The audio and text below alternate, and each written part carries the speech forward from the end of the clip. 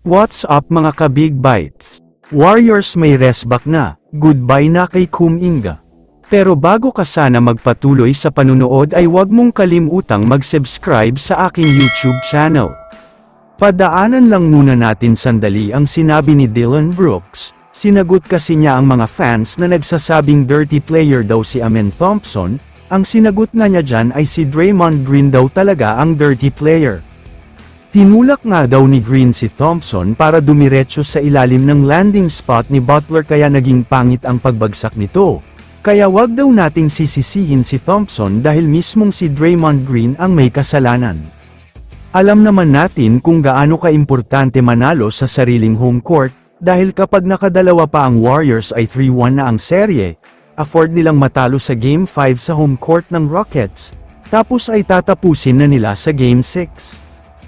Pero mukhang malabo pang mangyari ito lalo na kung wala si Butler. Pero para sa mga Golden State Warriors fans dyan, huwag kayong masyadong malungkot, dahil naglabas ng mga balita ang ibang sources at sinasabing may restback daw ang Warriors. Alam naman natin kung gaano kaimportante manalo sa sariling home court, dahil kapag nakadalawa pa ang Warriors ay 3-1 na ang serye, afford nilang matalo sa Game 5 sa home court ng Rockets, tapos ay tatapusin na nila sa Game 6. Pero mukhang malabo pang mangyari ito lalo na kung wala si Butler. Pero para sa mga Golden State Warriors fans dyan, huwag kayong masyadong malungkot, dahil naglabas ng mga balita ang ibang sources at sinasabing may restback daw ang Warriors. Ayon kasi sa mga reports ay talagang pursigido daw makuha ng Warriors itong si Kevin Durant, tutal ay ayaw na daw nito sa Suns, kaya gagawa daw talaga ng paraan ang GSW para makuha siya sa lalong madaling panahon.